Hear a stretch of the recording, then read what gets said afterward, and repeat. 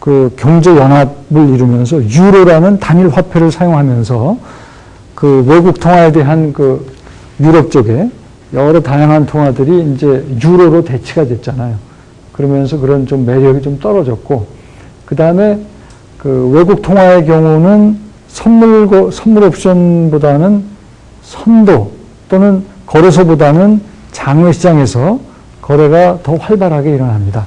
그래서 그런 두 가지 이유 때문에 기초자산이 외국 통화인 경우 옵션 거래가 우리가 생각했던 것만큼 그렇게 활성화되지는 못했다는 얘기고요. 그 다음에 기초자산이 선물인 경우도 있습니다. 옵션의 경우. 그러니까 이거는 주가지수 옵션이고, 그러니까 지수 옵션이고, 주가지수 포함해서 지수 옵션이고, 이 경우는 통화 옵션이고, 기초자산이 통화입니다. 외국 돈. 이 경우는 기초자산이 선물이에요. 기초자산이 선물인 옵션은 어디서 제일 활발하게 거래가 되느냐? 거래소 중에서 고르자면, 보통 기초자산이 선물인 경우는 그 선물 옵션, 이런 걸 우리나라 말로 선물 옵션이라고 그래요. 이거는 지수 옵션. 이 경우는 통화 옵션.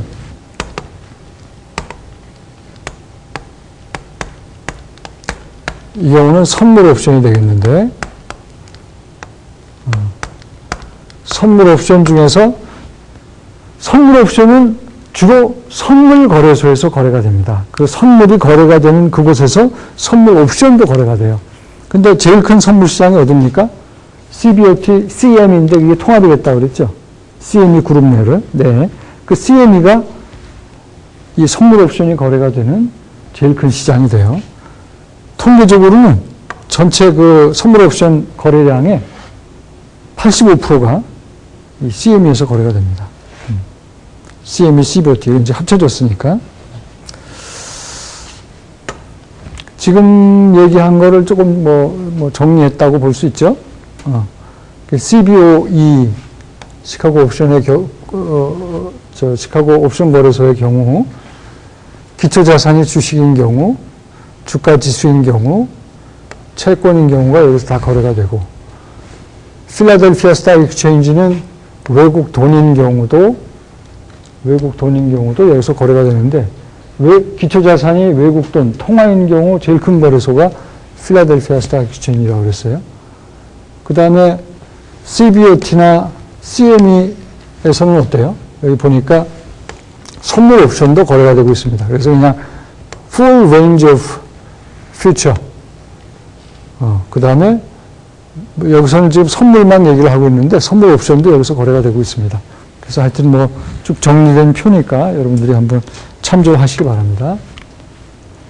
그 다음에 지금 얘기한 내용은 이제 좀 정리한 건데요. 기초자산이 주식인 옵션이 스탁 옵션입니다. 기초자산이 선물인 옵션은 퓨처예요. 또는 퓨처 옵션. 기초자산이 지수면 인덱스 옵션이고, 기초자산이 외국 돈이면 foreign currency 옵션인데, 이게 계약수 기준으로 따졌을 때 어떤 기초자산이 어떤 종류의 옵션이 제일 볼륨으로, 거래량으로 클 것 같아요. 기초자산이 주식인 옵션이 제일 볼륨이 큽니다. 70%가 넘죠. 그래서 전체 옵션 시장의 사실은 반이 뭐예요? 한 3분의 2 이상이 기초자산을 주식으로 갖고 있는 주식 옵션이다.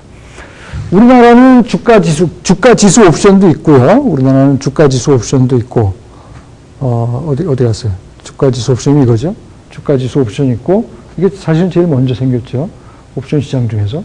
그 다음에 달러 옵션도 있어요. 달러 옵션이니까 이것도 있는 거고. 그 다음에 주식 옵션도 있습니다.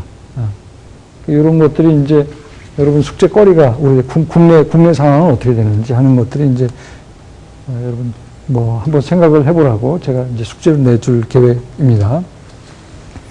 그 다음에 그 거래소 물론 이제 2000년도니까 뭐 10년 전 자료이긴 하지만 거래소 기준으로 봤을 때 제일 큰 거래소가 CBOE다. 그죠?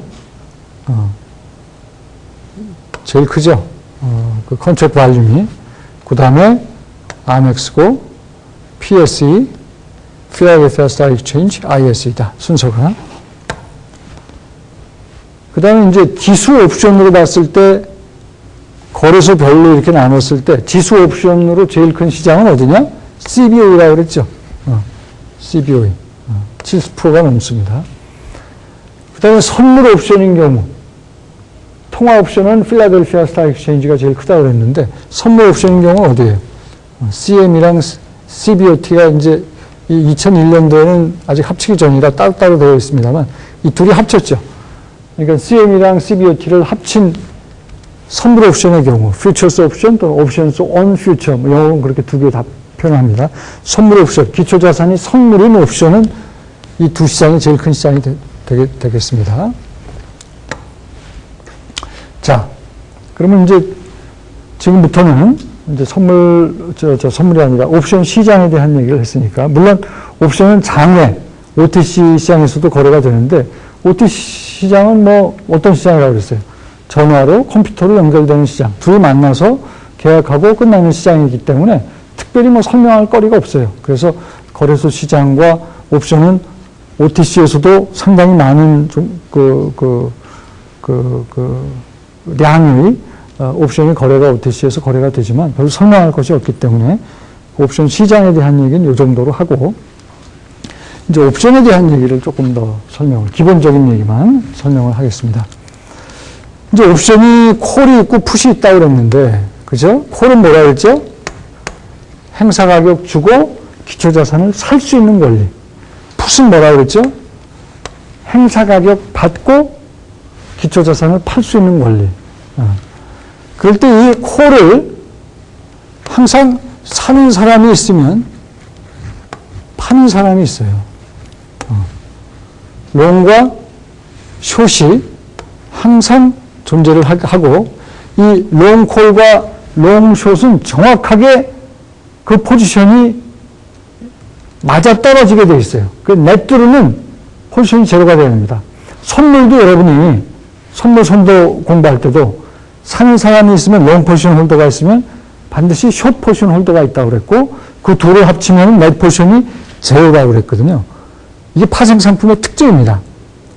콜 옵션도 사는 사람이 있으면 파는 사람이 있고, 이 둘이 정확하게 사는 사람이 5계약 샀으면 파는 사람은 5계약 팔아야 돼요.